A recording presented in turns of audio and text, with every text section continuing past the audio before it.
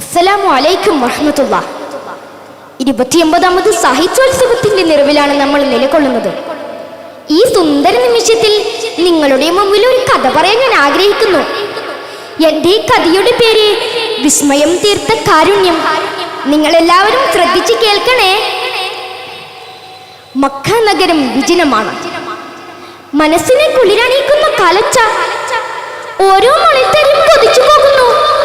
ആ ഒരു പാദസ്പർശം എന്നിലായിരുന്നുവെങ്കിലെന്ന്.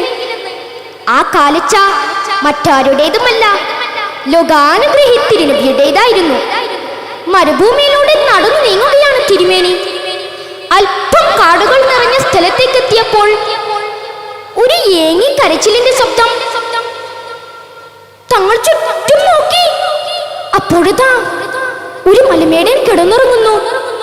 തന്റെ അരികിൽ വലയിലകപ്പെട്ട ഒരു മാൻപേട. ആ മാൻപേട തങ്ങളെ കണ്ടതോടെ കരച്ചിലിന്റെ ശബ്ദം കൂട്ടാൻ തുടങ്ങി. കണ്ണുനീരൊലിപ്പിച്ചുകൊണ്ട് മാൻ നബിയോട് പറഞ്ഞു,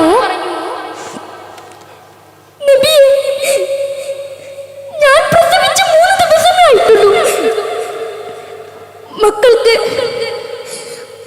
മക്കൾക്ക് ഭക്ഷണവും തേടി വന്നതാണ്. തങ്ങളെന്നെ രക്ഷപ്പെടുത്തിയാലും. ഉടനെ തന്നെ നബി തങ്ങൾ മലമേടിനോട് പറഞ്ഞു, ഈ മാനിനെ അഴിച്ചുവിടും. അത് അതിന്റെ കുട്ടികൾക്ക് പാലൂട്ടി തിരിച്ചു വരും. അപ്പോൾ മലമേടൻ ചിരിച്ചുകൊണ്ട് ചോദിച്ചു, ഈ മാൻ തിരിച്ചു വരുമെന്നോ? എന്ത് വിഡ്ഢിത്തമാണ് നിങ്ങൾ പറയുന്നത്? മലമേടൻ ഒന്ന് ആലോചിച്ചതിന് ശേഷം വീണ്ടും ചോദിച്ചു, ശരി, അതിന് നിങ്ങൾ ജാമ്യം നിൽക്കുമോ? നബി തങ്ങൾ പറഞ്ഞു, ഞാൻ ജാമ്യം നിൽക്കാം. അപ്പോൾ മലമേടൻ പറഞ്ഞു, ഈ മാൻ തിരിച്ചു വന്നില്ലെങ്കിൽ ഇതിനു പകരമായി നിന്നെ ഞാൻ അറുത്തു കളയും. നബി തങ്ങൾ പറഞ്ഞു, താങ്കൾക്ക് എന്നെ എന്ത് വേണമെങ്കിലും ചെയ്യാം. ഉടനെ തന്നെ ആ മലമേടൻ ആ മാനിനെ അഴിച്ചുവിട്ടു. മാൻ ഓടി മറഞ്ഞു. പറഞ്ഞ സമയം കഴിയാൻ നിമിഷങ്ങൾ മാത്രം ബാക്കി.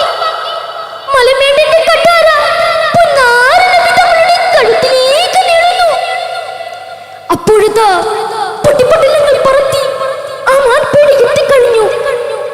മലമേടൻ അമ്പരന്നു പോയി. ഇതെന്തൊരു അത്ഭുതമാണ്! ഉടനെ തന്നെ നബി തങ്ങളോട് അവൻ ചോദിച്ചു, താങ്കൾ ആരാണ്?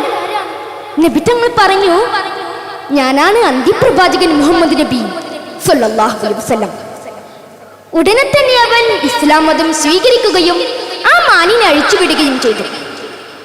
എന്റെ ഈ കഥ എല്ലാവർക്കും ഇഷ്ടപ്പെട്ടില്ലേ? ഇത്രയും പറഞ്ഞുകൊണ്ട് ഞാൻ എൻ്റെ ഈ ഒരു കൊച്ചു കഥ അവസാനിപ്പിക്കുന്നു. വആഖിർ ദഅവാനാ അനിൽ ഹംദുലില്ലാഹി റബ്ബിൽ ആലമീൻ. അസ്സലാമു അലൈക്കും വറഹ്മത്തുള്ളാഹി.